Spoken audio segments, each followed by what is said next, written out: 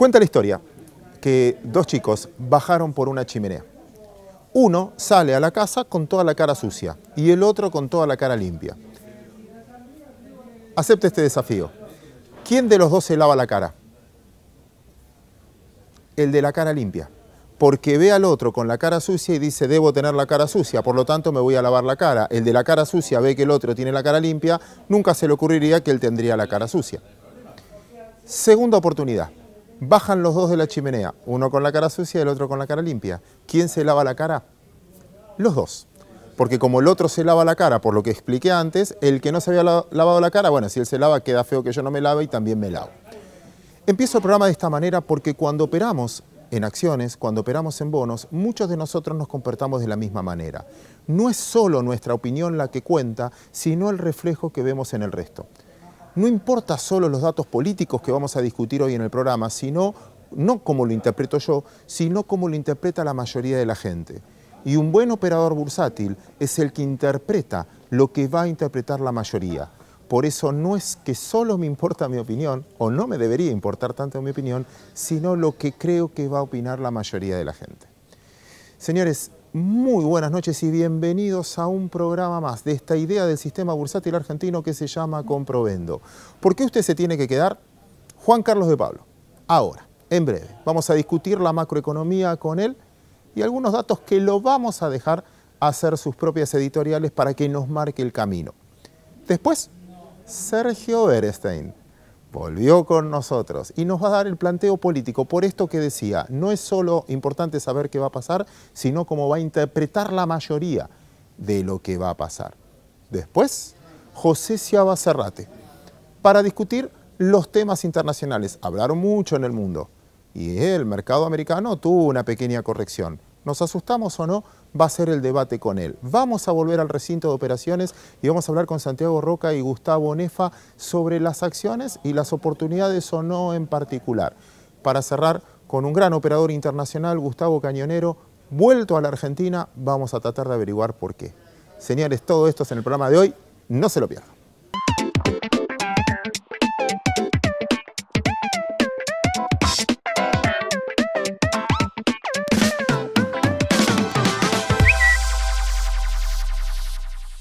Empezamos ahora sí, oficialmente el programa de hoy de Comprovendo. Y qué honor recibir al gran economista Juan Carlos de Pablo. Gracias por venir. Me da vergüenza, ya me conoces. No, epa. No, ya me conoces. Entrevistarte. Me puedes tomar de memoria todos tus libros. Ahora vamos a aclarar que el último tuyo no está agotado por si alguien... Efectivamente. Si alguien quiere. Pero como me da vergüenza y fanático de tu programa Momento Económico, empezás vos con un editorial. Si tendrías que hacer un editorial del programa hoy, hablando sobre la circunstancia económica de Argentina, etcétera, ¿cómo empezarías el programa? Hablaría del contexto político. La política económica nunca se da en el vacío, así que acá hay que decir, Argentina es un país extremadamente politizado, este año de elecciones, ya estamos en campaña, así que todo lo que vamos a escuchar de acá al día de las elecciones está tenido por esto. Lo cual quiere decir que a los que les interesa la política como tal no le alcanzan 24 horas para leer los diarios, escuchar la radio y mirar la televisión, y a quienes no nos interesa, como yo, nos dedicamos a leer otra cosa, mirar y esperar algunas encuestas profesionales días antes de las PASO, el resultado de las PASO que se ha convertido en una gigantesca encuesta nacional y después el resultado de las elecciones. Tomo eso. Ahora te llevo a mi mundo, que es el mundo de los mercados. ¿Eso significa, o te repregunto, ¿la Argentina aguanta 5 o 6 meses sin hacer nada si todos vamos a esperar a ver qué pasa? Salvo cataclismo, sí. O mejor dicho, no sabemos si aguanta, pero la toma de decisiones públicas se va a basar en que aguanta, salvo cataclismo. ¿Qué quiere decir cataclismo? Argentina es un país, yo desafío a los que nos están viendo en este momento, que cuando termine el programa, para que no se distraigan, sacan una hoja y escriban de qué creen que vamos a estar hablando dentro de 10 días. Y que dentro de 10 días la lean y van a ver qué pobre que es la imaginación. Entonces, no sabemos de cómo vamos a estar hablando la semana que viene o dentro de 10 días. No podemos, Dios lo permita, que haya un cataclismo. Si no es así, vos tenés que esperar que se patee todo para adelante.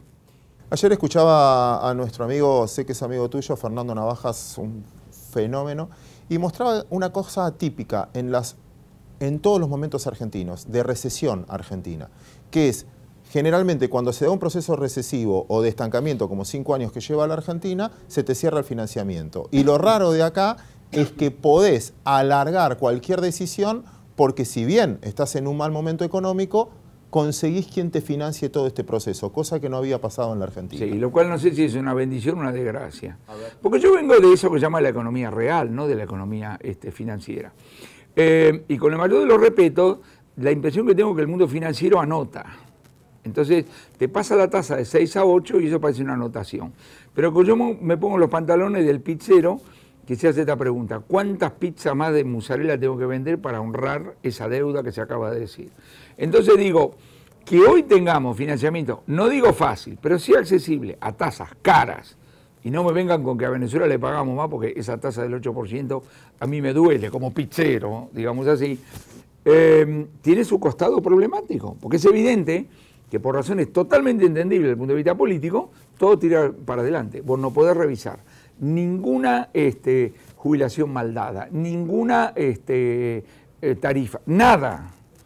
Bueno, si vos no podés revisar nada de un gasto público fenomenal, si la presión impositiva está al límite, cosas por el estilo, aparece el tema cómo es el endeudamiento. Y acá entramos, mi querido Claudio, en alguna cosa viene, colega mío, me dice: Juan Carlito, la relación deuda-PBI es baja, hasta que deja de ser. Y en el camino de ida, los tipos que te felicitan después te pasan la guadaña.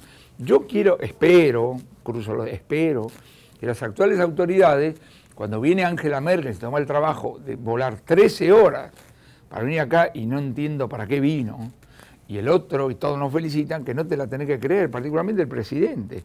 Tiene que tomar distancia y decir: gracias, los felicito, pero sigamos. A mí me gustaría decir: feliciten menos y cobren menos la deuda, digamos. Déjame ir a ese punto, porque entiendo lo que me estás diciendo, pero hay algo que te quiero discutir. Argentina tiene que hacer reformas estructurales muy importantes y para eso necesitas un poder político enorme, que vos decías que hasta le cuesta revisar hasta pensiones mal dadas. Quizás con este endeudamiento vos ganás ese tiempo para poder hacerlo. Ahora, lo que vos podés llegar a cuestionar, o lo estás haciendo desde el lado político, que se sienten a discutir de esos temas. Pero no hay otro camino que no sea, si no es más doloroso. Más allá del cariño que nos tenemos, cuando vos me decís reformas estructurales, reformas integrales, yo quiero salir corriendo. Yo quiero hablar de cosas absolutamente, digamos así, concretas. La segunda cosa es, el gobierno nacional o un gobernador me puede decir a mí: mirá, Juan Carlos, no puedo tocar una sola jubilación, de manera que la única manera que tengo hoy de hacer este puente es endeudándome. De modo que me estoy endeudando para infraestructura. Entiendo. Ahora, como contribuyente impositivo le digo: ¿estás seguro, negro, que no puedes tocar nada? Porque si pudieras tocar algo y no lo haces, entonces el financiamiento es para eso. Y este es un debate eterno. Entonces, a mí me dicen: tenemos que endeudarlo mientras no sé qué maravilla. Bueno, quiero ver cuál es la maravilla. La otra cosa, después de aclarar que yo al ministro Caputo no lo conozco, pero creo que este tipo tiene un oficio bárbaro, así que yo antes de criticar digo: pará, capaz que me falta algún dato. Yo no termino de entender intuitivamente por qué, si vos tenías un bache fiscal, tenía que emitir un voto a 100 años. No, porque entonces no sé qué maravilla. No. ¿Por qué? Porque yo en mi casa no lo hago. Si yo tengo un faltante del fin de semana, yo me endeudo a 3 días, 6 meses o cosas por el estilo. Entonces esto del bono a 100 años no se termina, digamos, yo por lo menos, desde afuera del sistema no termino de entender. La repregunta ahí es, siendo el monto menos del 10% de lo que se endeudó Argentina este año, ¿no es más simbólico diciendo entro a un club para demostrar que puedo alargar los plazos que la tasa o el costo real de eso, de lo que nos cuesta? Respondo, hay algunas cosas simbólicas que son muy costosas. Y además quiero ser símbolo de qué.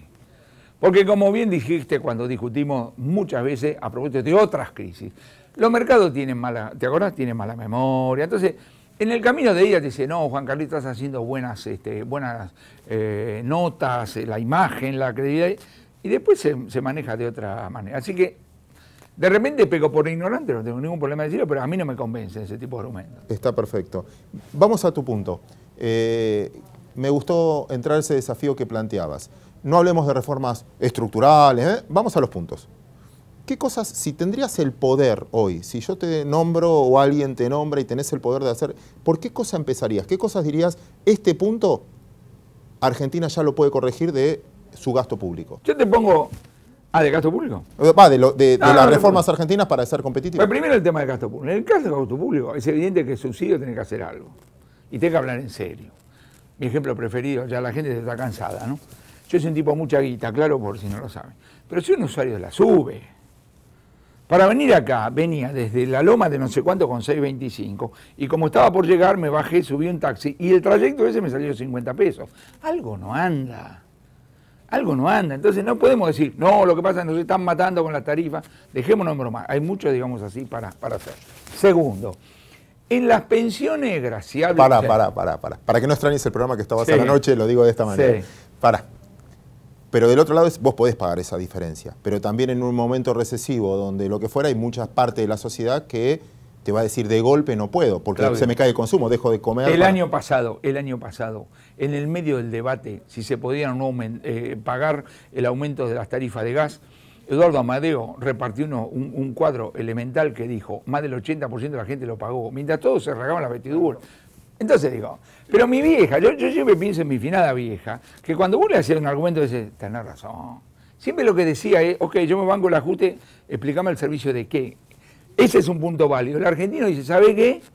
Como me dijo la otra vez un tipo en un colectivo, yo estoy pagando 3 veces lo que estoy pagando de tarifa.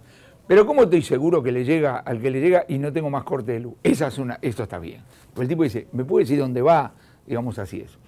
Vamos al empresario, porque esto se define en el plano decisorio. Yo digo, la imagen del empresario no es la imagen del tipo que se acomodó con los kines. El grueso de los empresarios son tipos normales que se levantan todos los días a ver cómo lo encuentran la vuelta para resolver 200 problemas que el día anterior, digamos, no sabían. A ver cómo hacen andar eso que tienen, la pizzería, la roticería o la fábrica de arandela o cosas por el estilo. A ese tipo hay que bajarle algunos costos y sobre todo los miedos. Yo no soy un experto laboral, pero digo, vos vivís en un país donde en 2003 había 3.000 juicios laborales y ahora más de 200.000. Algo pasa, que hablen los expertos, pero a mí no me van a decir que los empresarios hicieron un curso de maldad y entonces pagaban los salarios y respetaban a las obreras y ahora las violan. No, algo pasa. Bueno, como te digo de eso, varias cosas. Del lado de los funcionarios, lo que le tengo que decir, además del gasto público que yo aguanto, hay que armar la política económica sobre bases generales. Cuando vos le bajás el arancel a los celulares y se lo subís a las motos, la señal que le está mandando al empresario es, che, ¿alguien conoce al ministro de no sé qué cosa? Porque a ver si me puede incluir a mí. Es lógico. Entonces digo, estas cosas son elementales, no hay que ir a la facultad aparte. Es de economía 1 y de sentido, digamos así, común. ¿Alguna vez la van a hacer? Ojalá. Pero ahora hay que luchar. El último libro que, como vos dijiste, todavía no se agotó. Prácticamente ninguno de los míos se agota. Yo usted decía, el blanqueo fue exitoso. Dijo, ahora la gente sale rajando a comprar mis libros. No ocurrió. Bueno, muy bien. Entonces, el último número, el libro, se llama, esta vez será diferente. Hay que laburar para que sea diferente. Porque si no es igual. Y no me corran con los títulos que tienen los actuales funcionarios versus los que no tenían los otros. Es una estupidez decir, los burros no sabían y los que tienen los títulos saben. Flaco, esto se ve en la cosa práctica. ¿Crees que se va a hacer? O sea, con tu experiencia o lo que fuera, conoces a muchos de los que están en la gestión hoy. ¿Crees que van a poder hacerlo? O, déjame preguntarte de una manera mejor, usando tu idioma, te doy una hoja en blanco con una lapicera y escribime las cosas que vamos a estar hablando si te reporteo dentro de un año. Okay. La historia dramática argentina dice, vos no haces nada hasta que no tengas más remedio. La historia argentina, por eso las crisis son tan intensas. Lo que intentaste hacer en 2001 y no te dejaron, lo hiciste en 2002 multiplicado por 5. Porque como dijo un ex ministro de Economía, el pánico disciplina. El soldado Carrasco, pobrecito, tuvo que perder la vida para terminar con el servicio militar. Y así tenemos. La historia argentina, desde el punto de vista práctico, está mucho más asociada con las cosas dramáticas. Entonces la pregunta es, ¿podrá ser diferente también? Vamos a ver, ojalá. No lo descuento, digamos así, pero sería una gran cosa, pero sería una sorpresa agradable, no es que lo tengo, digamos así, que esperar. Vos planteas cosas y te miran, no, Juan Carlito, fíjate, no, queremos reinventar la rueda, la pólvora, y dice, no, hay cosas que son, digamos así, de economía 1. Algunas cosas se van a hacer, otras no, se verá. Por último, ¿esa es decisión del gobierno finalmente o es decisión de la población? Porque la repregunta sería, La población está dispuesta, nosotros, porque somos nosotros finalmente, estamos dispuestos a hacer los cambios que hay que hacer o no nos bancamos. Yo creo que la población está dispuesta a hacer muchas más cosas de las que dicen muchos funcionarios o partidarios de la oposición, cosas por el estilo, pero no tenés que inventarte, digamos, una idea de la oposición. Vos pensá en tu tía, pensá en tu vieja, no era ningún idiota, digamos así, ¿te das cuenta? Y procesaba, digamos así, las cosas. Insisto, la historia nuestra es verdaderamente dramática en el sentido de decir, dígame qué es lo que hay que hacer y digamos así, y lo hacemos. Pero como digo, el futuro está abierto. Ahora, vuelvo a mi editorial.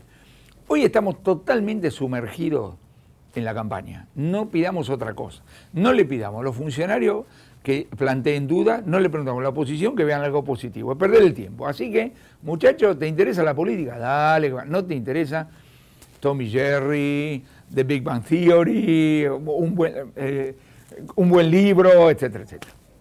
Un honor tenerte aquí. Chao. Nosotros vamos a hablar un instante de política, con quien nos vino a visitar Sergio Berestein. Con él vamos a discutir lo que él precisamente nos marcaba agenda. Estos meses la política va a dominar el escenario. Esta es la bolsa de valores, la de los valores que realmente importan. Un lugar donde se invierten las acciones que nos hacen crecer como personas. Aquí encontramos a los inversores de la vida. Yo me convertí en inversor de la vida cuando entendí que no me estaba comprando un auto, no. Estaba invirtiendo en conocer lugares nuevos y que no estaba levantando 4 paredes. Invertí en mi propia historia familiar. Empecé a invertir en las cosas que realmente te importan, porque de eso se trata la vida, ¿no? De vivirla.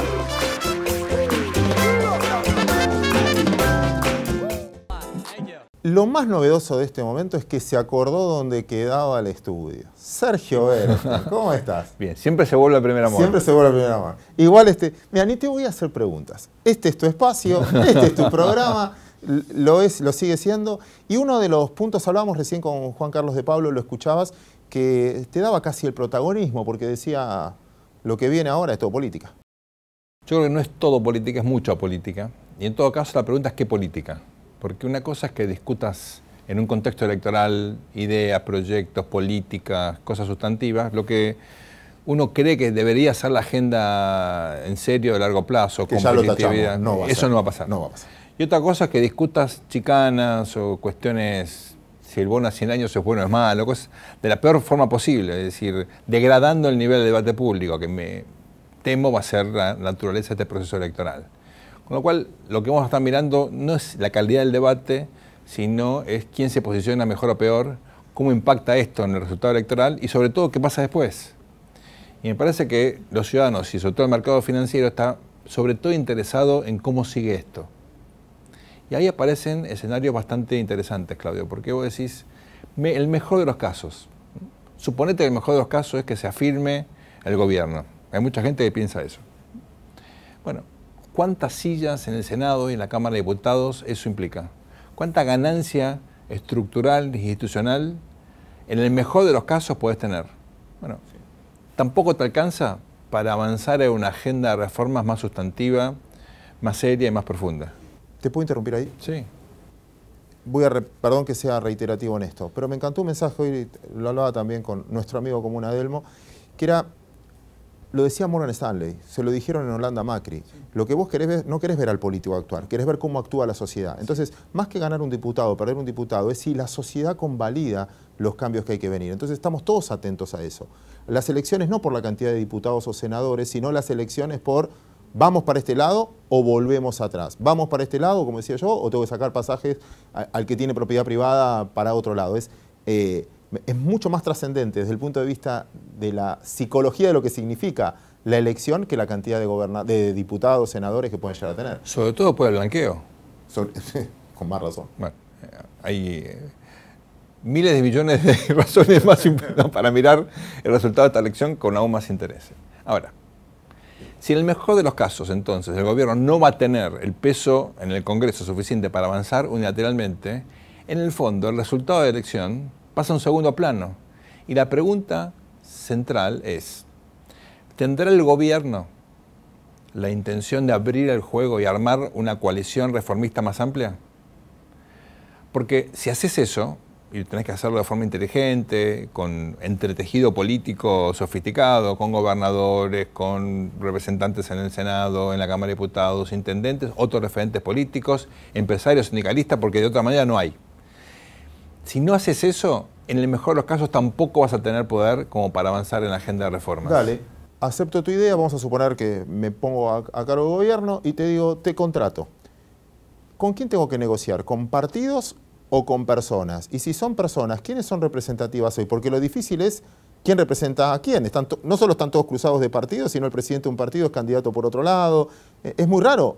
Yo entiendo que hay que hacer un acuerdo, todo perfecto. Pero ¿quiénes son los que representan hoy realmente a la gente? O todos los dirigentes, fútbol, gremios, etcétera, no tienen una crisis de representatividad. Por supuesto que sí, por eso tiene que ser bastante selectivo e inteligente. Acá se cruzan dos teorías, la teoría de las coaliciones por un lado y la teoría de la cooperación por el otro. La teoría de las coaliciones te diría, tenés que conformar la coalición lo suficientemente robusta como para avanzar en lo que vos querés hacer, pero que sea lo más chica posible. Cuanto más gente, más lío. Cuanto más abrís la negociación, más posibilidad de vetos, intereses contrapuestos que te obstaculicen, no el acuerdo, sino la implementación del acuerdo. Acordate que llegar a un acuerdo, una cosa es casarte y otra cosa es convivir. Casarte es más sencillo, nunca fácil, pero es más sencillo que después el día a día de llevar adelante ese proyecto. Entonces, esto es muy importante. Eso es lo que te diría la teoría de las coaliciones. La teoría de la cooperación te diría algo bastante distinto. Vos no tenés que cooperar con el que te llevas bien, tenés que cooperar sobre todo con el que te llevas mal.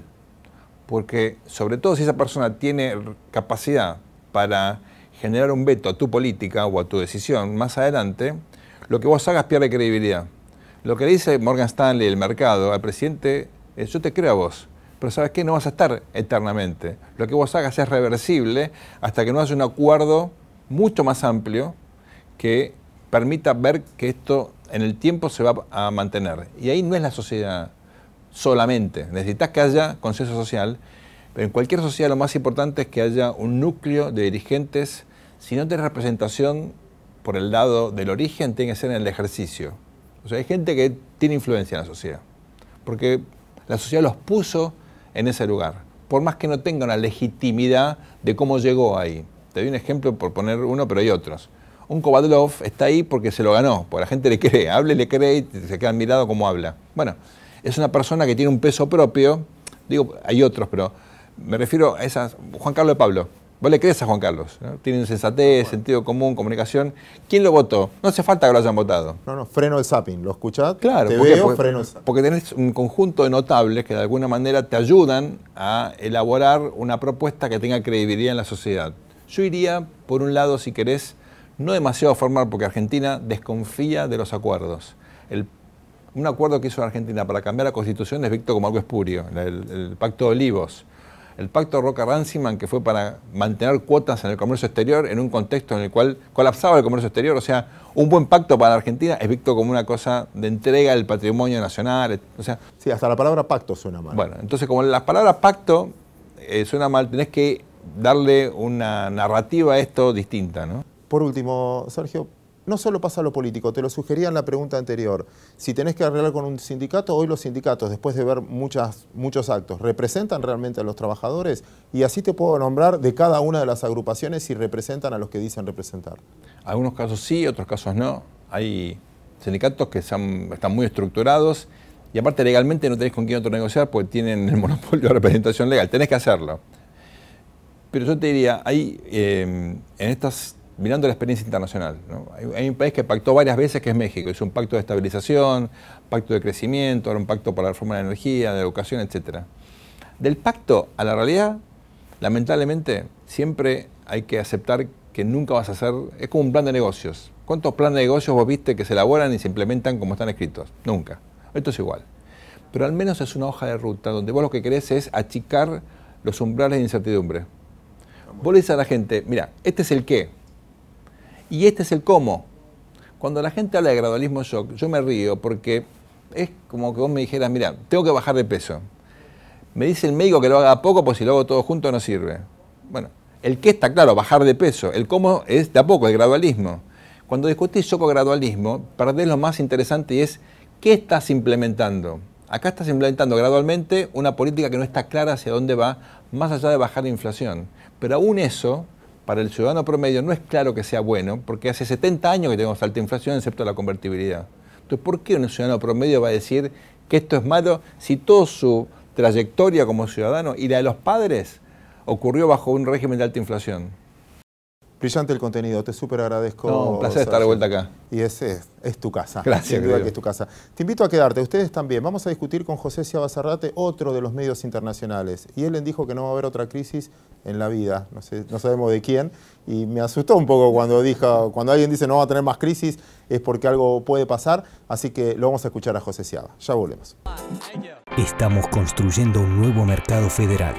Bolsas y Mercados Argentinos surge de una alianza federal de gran trayectoria para expandir el mercado argentino. Llega para brindar el mejor servicio y la más alta calidad en inversiones bursátiles. Bolsas y Mercados Argentinos, el mercado que la Argentina necesita. Muchas gracias por esperarnos y vamos con el segmento internacional. Le voy a contar una cosa. En lo que cierra este semestre, este primer semestre del 2017, el Standard & Poor's 500 fue la suba récord que tuvo con respecto al promedio desde 1946. Si se toma todo el primer semestre de 1946 a la fecha, el promedio de subas daba que subía un 4, 4,5, 6, 4,5. Ahora, este primer semestre subió un 9%, el doble que el promedio histórico. Cuando uno ve eso, se asusta. Y cuando se asusta, llama a José Ciaba Zárate. José, qué placer tenerte. Gracias. ¿Estamos caros? No te veo tan asustado. No luzco asustado. Pero es un número. Es un número. Es un número, además, pensá que esto arrancó el 8 de noviembre, ¿no? Claro, encima tengo arrastre. Y la suba más fuerte fue en noviembre-diciembre. Llama la atención. La magnitud es importante, comparaste contra el promedio, es un promedio que tiene una gran varianza detrás, o sea que hemos tenido periodos así. Quizás lo más llamativo, si uno toma este mercado que arranca en marzo del 2009, este mercado bull, este episodio, es la primera vez que no tenemos un episodio de retracción, con una caída, digamos, del 4 o 5%, que no significa nada, pero que siempre está presente y esta vez, además, eso está ausente. Es decir, ha subido mucho y ha tenido muy pocos pasos atrás. A pesar de que si uno va siguiendo las noticias, claramente hemos tenido noticias de muchísima potencia. Igual, déjame ir para atrás en algo. Te estaba escuchando y me quiero ratificar en algo. También somos conscientes, y una vez lo hablábamos contigo, que los índices ya no son tan representativos de las, si querés, de las bolsas del mundo. Sí son un índice, pero la incidencia de las telefónicas, no sé, la multa de Google castigó fuertemente al Nasdaq. Y de repente 5 o 6 empresas, el comportamiento de 5 o 6 empresas explican el 90% del índice. Son las famosas FANG, ¿no? Facebook, Amazon, Netflix y lo que antes llamaba Google, ahora se llama Alphabet, eso explica buena parte de la suba. Sin embargo, también es verdad que hemos tenido golpes específicos sobre el Nasdaq 100 hace muy poco y el mercado se ha sostenido, porque el mercado tiene una capacidad de rotar, de absorber. A lo mejor el 17 de mayo tuvo una caída de 1,8% en el día, que fue fuerte, y lo que vimos fue un cambio de patrón.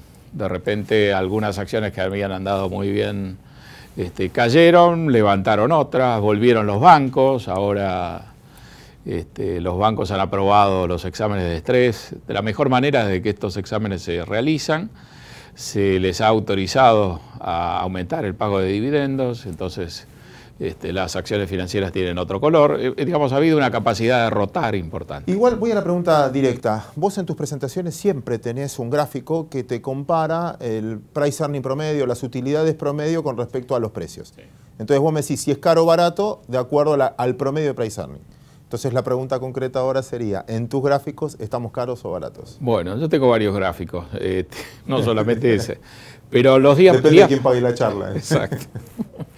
Días pasados habló Stanley Fischer sobre estabilidad del sistema financiero y dijo que los precios de las acciones estaban en el quintil más alto, o sea, en el 20% de las observaciones más caras. La verdad que están en el 10% de las observaciones más caras y según el ratio que vos tomes, si tomás el de Shiller, le dieron el premio Nobel a Robert Shiller por esto, y que es una definición, si querés, secular de ganancias, toma las ganancias de los últimos 10 años.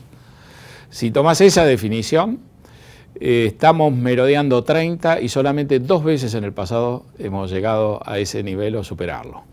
Y las 2 veces que eso ocurrió, las consecuencias posteriores fueron dramáticas, lo cual no significa que vuelva a repetirse. Las acciones claramente están caras desde ese punto de vista.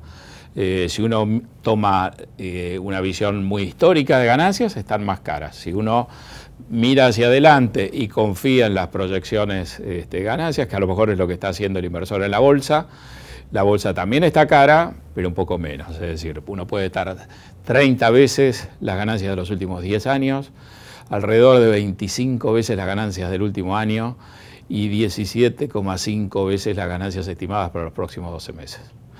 Todas las observaciones, a pesar de que son muy distintas, cuando uno las compara consistentemente con el mismo patrón, te diría que todas cómodamente están en el 10% de las observaciones más altas. Igual, como atenuante, uno podría decir que hace 10, 15 años atrás una tasa del 4% anual era baja y hoy una tasa del 4% anual es increíblemente alta. Siempre uno puede decir que esta vez es diferente y hasta cierto punto uno tiene sentido.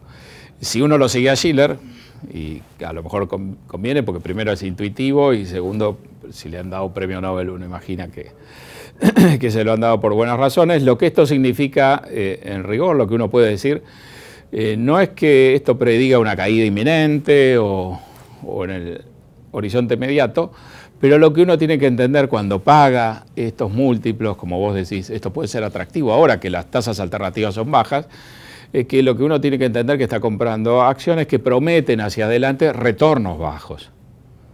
Entonces, lo que Shiller dice, cuando uno paga estos precios hacia adelante y uno no sabe en qué periodo, uno va a tener retornos más bajos que los que han sido los retornos promedio en el pasado. Muy buen punto. ¿Me dejas empezar el bloque de nuevo?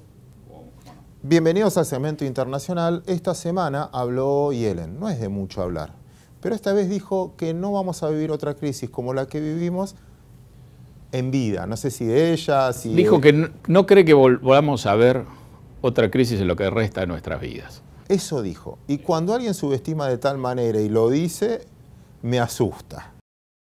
Sí. Primer punto es preguntarse cuántos años tiene Yellen. Claro, si está bien de salud. Exacto. Yellen tiene 70 años. Uno entiendo que está diciendo en los próximos 20 años, digamos, no tendremos... No queda claro si es que no lo vamos a volver a ver o no vamos a volverla a ver venir, que ha sido más bien la norma. Rara vez hemos visto venir las crisis más fuertes. ¿Por qué lo dijo? Porque a la par también Stanley Fischer dijo algo parecido, habló del sistema. Pareciera haber quizá alguna intención en tocar este tema, que en el fondo es una declaración de fórmula, porque si usted es el supervisor del sistema financiero y el responsable de que no haya crisis financieras, digamos, esto es como decir que que todo está en orden, que es lo que normalmente se espera. Es como que yo diga que siguiendo a ver el programa que va a estar bueno. La verdad que no sabemos por qué dice una cosa tan obvia. Quizá tenga una conexión con algo que ya mencionamos. Se hicieron los exámenes de estrés. Los exámenes de estrés a los 34 bancos más significativos de Estados Unidos, los que tienen riesgo sistémico, salieron muy bien. Y tras cartón, por primera vez en algunos casos, por ejemplo un banco como Citi, la Reserva Federal ha autorizado a que aumenten el pago de dividendos. Y esta es una noticia importante. Uno puede entender que entonces la Fed o Yellen con esta declaración puso de alguna manera un marco para anunciar aumentos de dividendos y evitar quizás las críticas que pudieran sobrevenir por esa decisión. Por último, José, pasó una semana, ya lo conversamos, aplacaron los ánimos, seguimos siendo fronterizos, ya lo asumimos, y tenemos bonos a 100 años, ya lo asumimos. ¿Alguna reflexión al respecto una semana después? Varias, yo creo. Sobre todo si unimos estas dos cosas, ¿no? Daba la sensación... uno puede incluir inclusive el bono que se ajusta por tasa de pase. Daban una impresión de que quizás estábamos encontrando una limitación en la demanda de activos argentinos, ¿no? Ese bono que ajusta por tasa de pase es susceptible de ser vendido a través de Euroclear, lo cual suponía que iba a salir a una tasa más baja que la que efectivamente salió. El bono de 100 años salió a una tasa que nos pareció alta y ahora cotiza una tasa sustancialmente más baja. O sea que ya son dos casos en las dos últimas emisiones. Da la impresión, si el precio hubiera estado muy limado, de que a lo mejor ahí había una señal, un baño de realismo en el sentido que no había demanda para Argentina. Por fortuna, si uno quiere, porque todo esto es como un vaso que está lleno por la mitad, el bono en pesos cotiza mejor que la colocación y entonces uno encuentra una demanda después en el mercado más firme. Y lo mismo sucede con el bono. Opera aquí en bolsa y operó 92,5 contra 90, que fue la Quizá hay elementos que nos siguen faltando. ¿Por qué si esto iba a ser tan emblemático, sobre todo este bono a 100 años, no se buscó una foto más contundente? Quizás la foto que en última instancia todo el mundo estaba esperando. Si esto es el broche de oro, digamos, de nuestro regreso a los mercados internacionales, si después de un bono a 100 años lo único que queda es colocar una perpetuidad que no amortice nunca, digamos, si esto es lo último, ¿por qué no se buscó una foto más agresiva, quizá con una tasa del 7% que marcara una mejoría y que de alguna manera estuviera en línea con las expectativas que todos tenemos, en el sentido de que la Argentina en este trayecto y haciendo las cosas bien va a converger a tasas sustancialmente más bajas? Ahí no tenemos respuesta. Se podría haber logrado esto haciendo una colocación más chica, quizá 1.000 millones o 1.500 y obteniendo una mejor tasa y quizá consiguiendo los otros 1.400 millones que se buscaban en otros plazos, con reaperturas. Es decir, yo creo que todavía hay elementos que no podemos ponderar, que solo Caputo y su equipo saben, en el sentido de saber efectivamente qué solidez hay atrás de la demanda argentina. Pero digamos, quizá lo positivo al ver estos bonos o estas colocaciones funcionar en el mercado mejor que lo que indicaba el precio inicial de colocación, es que la Argentina todavía tiene un espacio para seguir colocando deuda, lo cual es muy importante dado los números fiscales, la circunstancia actual, que es un periodo eleccionario donde la incertidumbre va a subir un poco, y la necesidad que tiene Argentina durante mucho tiempo de ir y tocar el timbre en los mercados internacionales y locales y seguir colocando deuda por mucho tiempo más. José Sciaba, qué placer tenerte aquí. Igualmente, fue un placer. Nosotros vamos a bajar al recinto de operaciones. Ahí vamos a hablar con Santiago Roca y Gustavo Nefa sobre la micro ahora. ¿Qué nos conviene hacer esta semana?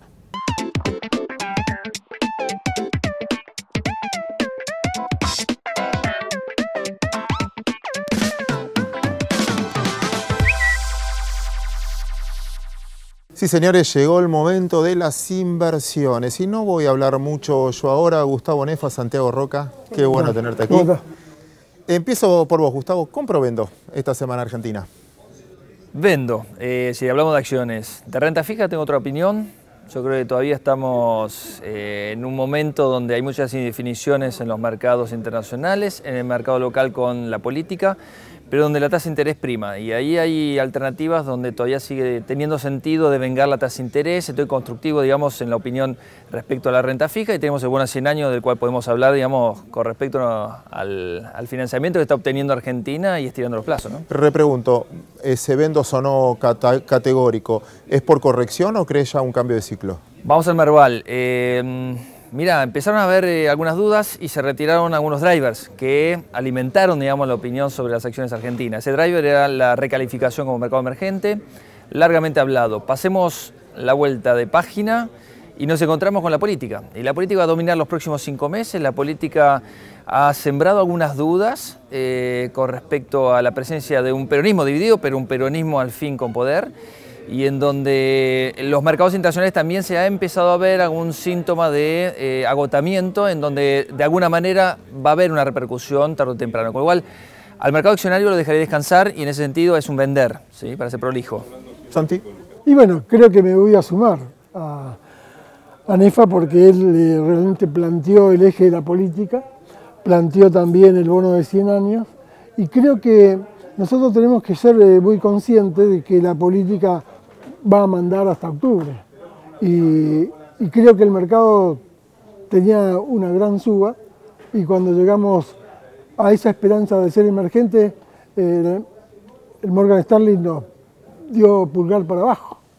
Ahora, nosotros tenemos que estar mirando quizás un mercado de bonos mucho más firme, porque todavía la tasa es preferencial con respecto al mundo internacional, y yo creo que ahí tenemos una coincidencia con Gustavo. Pero el tema es cuánto podemos recuperar si el gobierno toma protagonismo con una política del peronismo atomizado. Y yo creo que nosotros tenemos que ver que internacionalmente Trump también está en problemas, Brasil está en problemas, o sea que el escenario es de un sendero complicado. Déjeme preguntarle por lo contradictorio, ya que no generé debates entre ustedes, voy a tratar de meterme yo en el debate. ¿No es bueno para el mercado que se pierda esa euforia y esa expectativa tan alta que había y que bajemos un cambio? ¿No le daría más solidez de cara al futuro? Incluso en muchos de los precios que está hoy, el hecho de decir, bueno, ya no tengo que esperar nada afuera, lo de emergente, internamente va a estar complicado, pero asumir eso genere algo más sólido. Sí, obviamente, o sea, el mercado está hecho de pausas, por más que sea un serrucho, las pausas existen en el medio, la tendencia hay que tratar de adivinar a mediano plazo cuál es. Pero bueno, nos lo dicen de afuera, creo que está muy claro que el elemento político se ha colado acá dentro de lo que es el análisis de las inversiones, si compro o vendo, y hay que tomarlo en cuenta, porque tarde o temprano lo político repercute en la economía y en las decisiones de los inversores. Lo hemos visto con el balance de pagos, de cada $9 que entraron en Argentina este año, 8 fueron a parar al canal financiero, 1 solo al canal real, es decir, a las inversiones reales. Están poniendo la pausa, están viendo qué pasa. Si esperamos un triunfo del gobierno, que sería mostrar 35% a nivel nacional, digamos, con votos a nivel regional, ¿no? Sería un triunfo del gobierno. Menos de eso habría que ver cómo está repartido y cuáles son los ejes de poder. Así que en ese sentido hay que esperar un poco. En esa espera prefiero ser más cauteloso. Y está bien que el mercado se oxigene en el medio. Te lo relaciono ahora con que tenés mucha experiencia en esto, con el volumen. El día después de lo de emergente fue el volumen récord nominal y después se calmó el mercado, es como que perdió mucho volumen. Viste justo en el clavo ahí, porque realmente después de este 20 de junio, el Día de la Bandera, donde estábamos nosotros festejando, de repente dejamos de festejar y nos encontramos con un mercado que tuvo una caída fuerte. 1.000 millones se hizo el volumen de acciones y eso te demuestra que hubo interés de aquellos que habían vendido antes, que son esos fondos que no son de frontera, no son más arriesgados. Y creo que estos son los que colaboraron a ponerle quizás un piso al mercado. También hay acciones que fueron realmente mostrando fuera de la política, ¿no? Aquellos que trabajan y son entrepreneurs, por ejemplo, el caso de Volt, ¿no? Que ahora tiene un negocio nuevo que es satelital, que va a entrar para hacer un canal de cable. 45% subió después del problema que hemos tenido con respecto de no ser emergente. O sea, también tenemos que mirar Mola, que es una acción nueva en el mercado, que tiene que ver con Molinos, que abrió Molinos Marca con Molinos Granos, que bueno, también tenemos que tomar en cuenta que los commodities bajaron. Desde el comienzo de año la soja bajó 50%. Que fue un impacto que tuvimos hasta el dólar en eso, Ahí ¿no? está. Porque ingresaron menos dólares de lo que se esperaba desde ese punto de vista. Y bueno, y si vos tomás el tipo de cambio, la baja del commodity, y decís costo argentino, tenemos un dólar 1 a 1 para el campo, ¿no? Gustavo, quería discutirte algo en el debate que me parece relevante para marcar a los televidentes, que es lo siguiente. En primer lugar, vos decías esto de que cada 8 dólares, cada inversión que viene va gran parte de lo financiero. Y lo escucho en muchos lados que va diciendo esto va solo a la patria financiera, etc. Pero en mi experiencia al menos, nunca va a arrancar la actividad real si no se estabiliza antes la economía financiera. Es condición necesaria la estabilidad financiera para que vos puedas arrancar en la economía real, con lo cual es lógico, lo que están buscando es... Y además los mercados se adelantan, con lo cual se adelantan al flujo financiero, el flujo financiero se adelanta al flujo real. Pero está demorando un poquito más de la cuenta porque en el medio se coló las elecciones de medio término. Pero lo que te quería decir es, esa inversión fue muy positiva porque además hubo un recambio de papeles en los cuales las empresas que se habían endeudado a una tasa muy alta hicieron un rollover, un vencimiento refinanciado a unas tasas más bajas. Eso le pasó a muchas empresas que incluso colearon sus bonos, es decir, rescataron anticipados sus bonos porque les convino, porque las tasas de interés bajaron, los precios subieron y les convinieron. Mejoró su estructura. Cambia, digamos, de papelitos. Eso es bueno, la tasa de fondeo bajó. Ten en cuenta que en el 2014 hablábamos de un riesgo país de 1.400 puntos, bajó a 400. Esto bajó la tasa de financiamiento y los proyectos de inversión con una tasa de retorno alta, con una tasa de fondeo más baja, logran ser rentables. Y el segundo punto que quería discutir, y los meto a ambos, Argentina es particular, bueno, no hace falta que le diga, aclare mucho sobre eso, y tiene una inflación muy alta. Con lo cual la baja nominal de precios es rara. Uno dice, no me gusta, vende, subió un montón, pero si los saco de inflación, si yo agarro y digo, bueno, ¿cuánto subieron las acciones en el último tiempo? Neto de inflación no es un número wow. Por eso uno dice, bueno, no me gusta, pero muchas veces no subir o quedarse al mismo precio es bajar. Sí, la inversión en acciones es una inversión en activos reales, porque en realidad lo que estás comprando es la facturación y la ganancia posterior y el flujo de caja posterior de las empresas que facturan y que incrementan el precio de sus productos acorde a la inflación. Ellas generan la inflación o no. Entonces, en términos reales hay que medir siempre los rendimientos, y más en países como los de Argentina. Santi.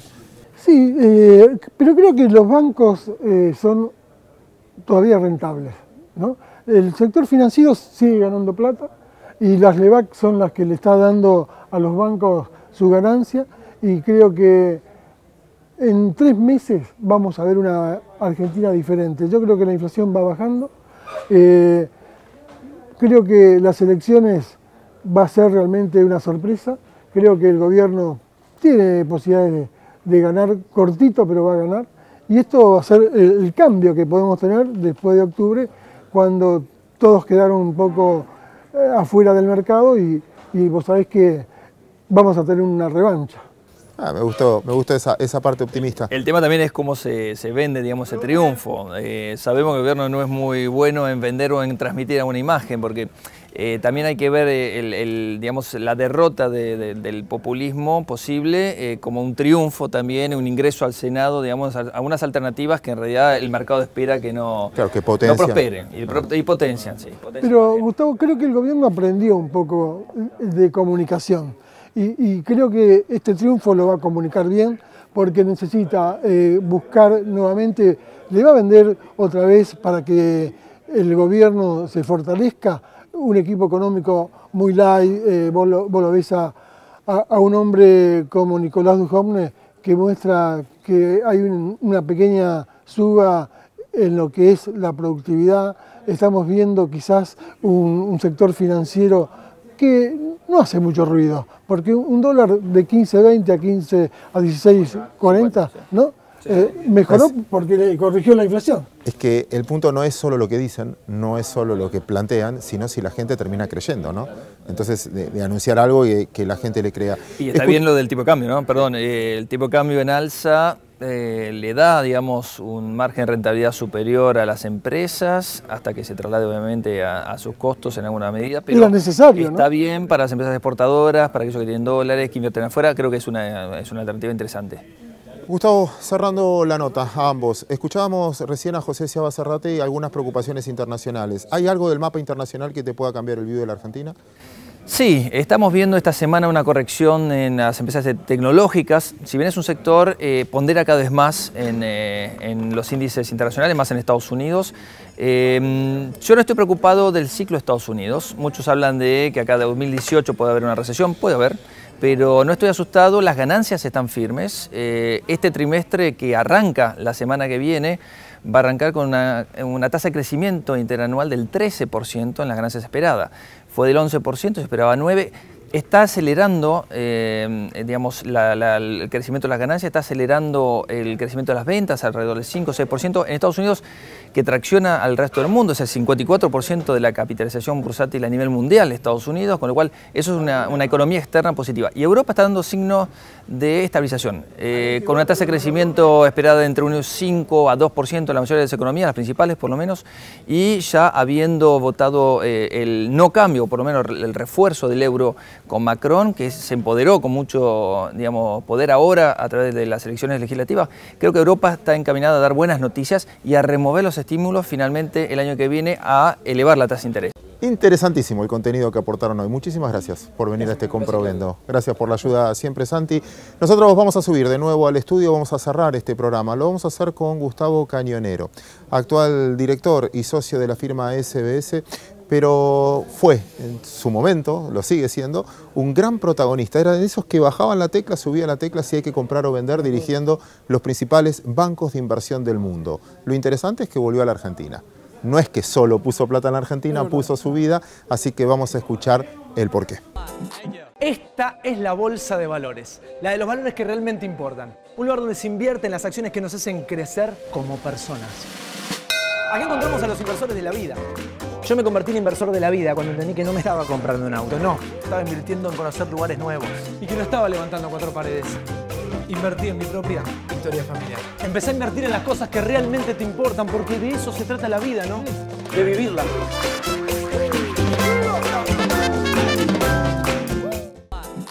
Último bloque del programa de hoy y recibimos a Gustavo Cañonero, director y socio, ahora me corregís, del grupo SBS. Gracias por venir. No, por favor, un placer. Los que te seguimos hace bastante tiempo, déjame contarle a los televidentes que sos un gran protagonista de las finanzas globales hace muchos años. Presidiste grupos económicos muy fuertes y que operaban mucho sobre América Latina. Y tomaste una decisión de volver a la Argentina. ¿Por qué? Bueno, Argentina hoy creo que ofrece una oportunidad, más allá de que era tal vez mi proceso natural. Después de muchos años afuera, quise pasar estos años acá.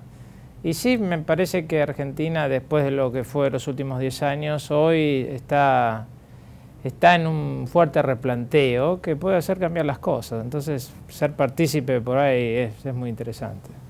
Escuchábamos en una conversación con Juan Carlos de Pablo, su último libro es Esta vez será diferente, y te lo traslado a preguntas. ¿Crees que esta vez va a ser diferente? Es una buena pregunta. Creo que hay algunos indicios de que la sociedad empieza a demandar más calidad a la política de lo que demandaba antes. Es decir, hoy el hecho de que la economía todavía no tira tanto, es muy heterogénea, si querés, no es suficiente como para restarle apoyo al gobierno. Y me parece que es porque hay una demanda de republicanismo que nunca vimos en este país. Hay una demanda por profesionalismo en la administración pública que nunca vimos.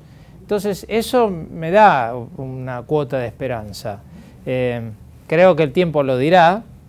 Por suerte, el mundo está ayudando a darnos ese tiempo. Una de las preguntas que vos hacías sobre cuánto puede durar esto. Bueno, afortunadamente este es un mundo que excede en ahorros y es un buen momento para nosotros para tratar de financiar un proceso más largo de acomodamiento utilizando ese exceso, ¿no? Vos pertenecés a la generación, nosotros, yo estoy convencido que llegamos a ver operar el GRA, el viejo título de deuda argentina, que después se convirtió en FRB, el FRB también lo defaultearon. O sea, ya tenemos experiencia casi de 100 años porque la reprogramación de ese bono, a cada bono le regalaban 30 años, al último terminó en un discount 30 años después, con lo cual habrán pasado 100 años. Solo esta introducción para decir cuál es tu interpretación de este famoso símbolo para mí de bonos a 100 años. Bueno, hoy habría una controversia brutal. A mí me sorprende un poco, la verdad, el grado de discusión. Entiendo que tal vez es en el fervor de la campaña que se discuta mucho. Cuando vos lo mirás técnicamente, la verdad le encontrás valor. Creo que es un símbolo de empezar a pertenecer a un grupo más reconocido en las finanzas internacionales, que puede darse el lujo de pedir prestado a tanto plazo. Obviamente el costo es alto, pero es el costo argentino. Y lo que uno a veces no ve en la discusión es que cuando plantea que es un costo a 100 años, mucha gente omite el hecho de que a 100 años, en un sendero de éxito, si se quiere, de la política, ese costo se va achicando año tras año por el crecimiento argentino. Entonces, creo que es un buen símbolo. Algunos piensan que es un costo caro, pero me parece que es algo para tener en cuenta. Y no hay que olvidarse que primero Argentina crecerá y entonces va a ir diluyendo el costo de esa deuda. Y segundo es que Argentina necesita financiamiento. Y lo que está tratando de hacer hoy el ministro de Finanzas es de diversificar los riesgos que genera ese fuerte financiamiento. Estás hablando, gracias al éxito del blanqueo, de casi 6,5% del Producto Bruto de financiamiento anual, que es muchísimo. ¿Te ha tocado bajar o subir la clavija de inversión en emergentes en muchísimos países? Supongo que algún día dijiste a Nigeria hay que comprar, esto hay que vender, y una decisión de ustedes realmente movía el mercado. Una decisión tuya muchas veces movía el mercado. Una de mis preocupaciones a veces cuando veo a muchos inversores internacionales es cómo interpretarán esto que tenemos piquete, el día a día, ves fotos, verán estas fotos y dirán, no, este país no está, es mentira lo que estamos comprando en los títulos, no cambia, sigue encerrado en los mismos temas. ¿Cuán relevante es eso o esto es una geografía que puede ver, una escenografía que puede ver en casi todos los países del mundo? Mira, a veces uno se sorprende por el grado de comprensión que hay en el mundo sobre lo que pasa acá. Solo si uno al mismo tiempo entiende en el contexto en que ellos hacen sus tomas de decisiones de inversión. El ejemplo es, yo en febrero-marzo, que la cosa política se puso un poco más difícil aquí, fui a ver a amigos, clientes a Nueva York, a decirles, miren, yo la verdad estaba muy constructivo Argentina, me parecía que todos los activos tenían valor, ahora se está poniendo densa la discusión política, vamos a tener un periodo de inestabilidad, y la reacción fue prácticamente, la verdad no importa mucho, porque para nosotros lo que está pasando en Argentina es una posibilidad de cambio a largo plazo. Esa posibilidad tiene un montón de complejidades, pero no la tenemos disponible en otros países del mundo, y nosotros estamos diversificando riesgo en todo el mundo. Y entonces el caso argentino es un caso medio especial, difícil, argentino, al fin y al cabo, pero es un caso que hoy promete, y esa promesa no la encontramos, entonces vale la pena. Es verdad, y tampoco son fichas tan grandes como para mover el... Siempre es una proporción chica comparada con lo que sería nuestro riesgo. Nuestro riesgo argentino es brutal, porque está muy concentrado aquí.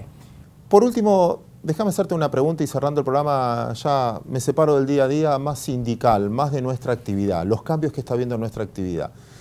Siempre menciono que a todos nos va a llegar nuestro Uber, a la banca le está llegando su Uber, a los fondos, etcétera. Cómo implosiona la tecnología en nuestras decisiones.